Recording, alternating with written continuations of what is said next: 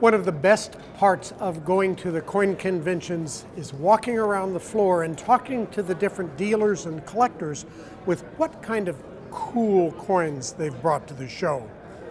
Hi, I'm David Lisot for CoinTelevision, and we have walked around the floor, talked to the collectors and dealers, and have some really cool coins to tell you, our viewers, all about. An interesting fake. This is an Electrotype half cent of 1836, so it was a rare proof-only issue.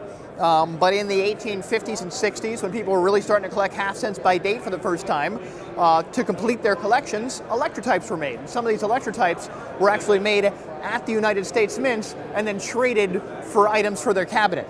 And this particular one is in nice shape, and actually was the property of FCC Boyd, the famous collector who died in 1946, if memory serves. Much of his collection ended up in John Ford's collection, and this counterfeit is still in an envelope labeled FCC Boyd, numismatist. So, neat thing, neat provenance, and just the sort of oddball stuff that EAC guys like. What is an Electrotype? An Electrotype is a sort of copy or replica that's made by taking a genuine article and impressing it in a soft material.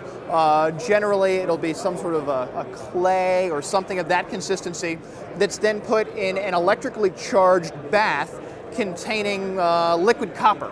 And it's a charge such that, sort of like a battery, that the copper will accumulate on these impressions. And as the copper accumulates, it actually builds up a shell.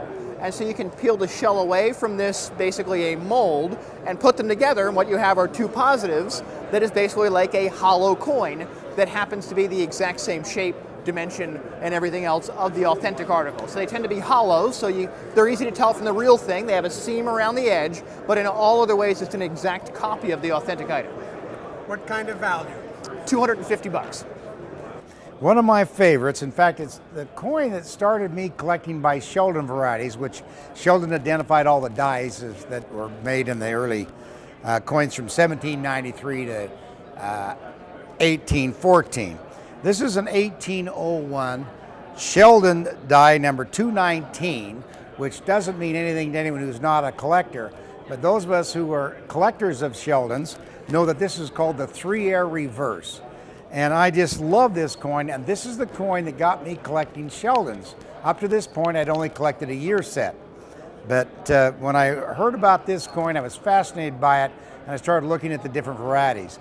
This coin was listed in the Red Book, there were pictures of it, and I was fortunate enough to have a gentleman take time, who was an old EAC man by the name of Bert Cohen, show me the coin, explain to me the 3 airs. What's fun about the coin is on the reverse, the die maker, who made the die to stamp the coin, he made 3 airs.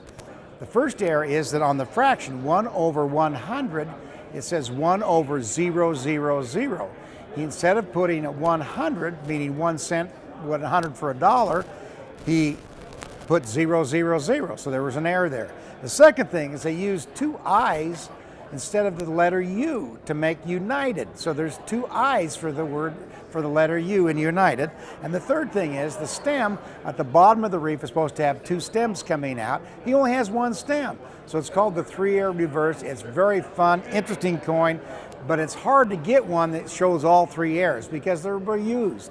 This is how you made change for a chicken, and these coins got used by a lot of people to make stuff, that whatever you buy things with, and so they got worn down. That's why it's such a challenge to collect them. What kind of value? Oh, this coin here, not that much money, about $2,500. One coin I picked up at the show, and even though this is an EAC show, there's a lot of early coins, and I happen to also collect silver. And so I picked up a 1832 LM 11.2. It's a half dime, cap bust half dime. And the 11.2 I thought was interesting because in the half dimes in particular, they also look at remarriages. So they look at the die states, and as the die states progressed, what they found is that the dies were separated, the obverse and the reverse dies, and used to strike other die varieties, and then they were remarried together, and hence the 11.2. And so I was asked for an interesting coin, and this is one that was lucky enough to purchase here at the EAC show. And so it's a different way of collecting, a different way of looking at it. So, What kind of value? what kind of value? It's about $500–600 range, so not particularly expensive. I've got a couple fun ones. I mean, there's a $1794 that's rare and very expensive and very original toning, but a couple I'll talk about. This is a $1795. It's classified as a Bolander number 19, B-19, Bowers Borchardt-19, and this coin is unique. It's the only combination of the obverse and reverse die.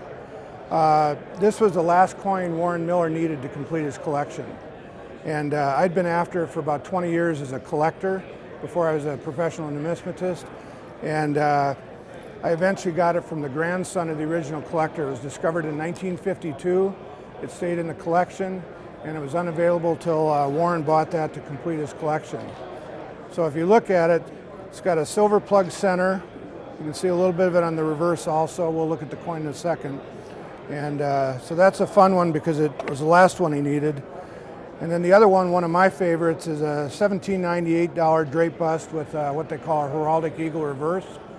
And there's only 3 known of this, and it comes with an arc-like die break on the bottom third of the reverse.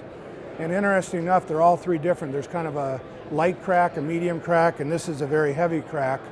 And so again, to complete the set and everything, you need one of these, and only 3 people could have one of these. What kind of value on that one? This we're asking $80,000 for. This is $45,000 for the $1795. So there's other coins, these just happen to be a rare combination. So there's a premium to collectors because they're rare and very few of them. Today I have a 1796 large cent. It's a S115, a rare 3+, which means there are maybe 400 of them in existence. And it's a really cool coin I got from one of the collectors here on the floor, maybe last year at the Baltimore show. I think 1796 is probably my favorite year of the series, just because there's so many coins to collect, and also they're really rare usually. And why are they more rare than the other large sets? Well, there's just a lower mintage of them. I mean, the earlier back you go in the mint, usually the less coins they minted that year. And what's cool about large cent collecting overall? I think there's so much to collect. There's so many areas to go into. You could do early dates, middle dates, late dates. You could do die states of just a single year in the whole series. So, What kind of value? this is about a $500 coin. Do you cut yards? No.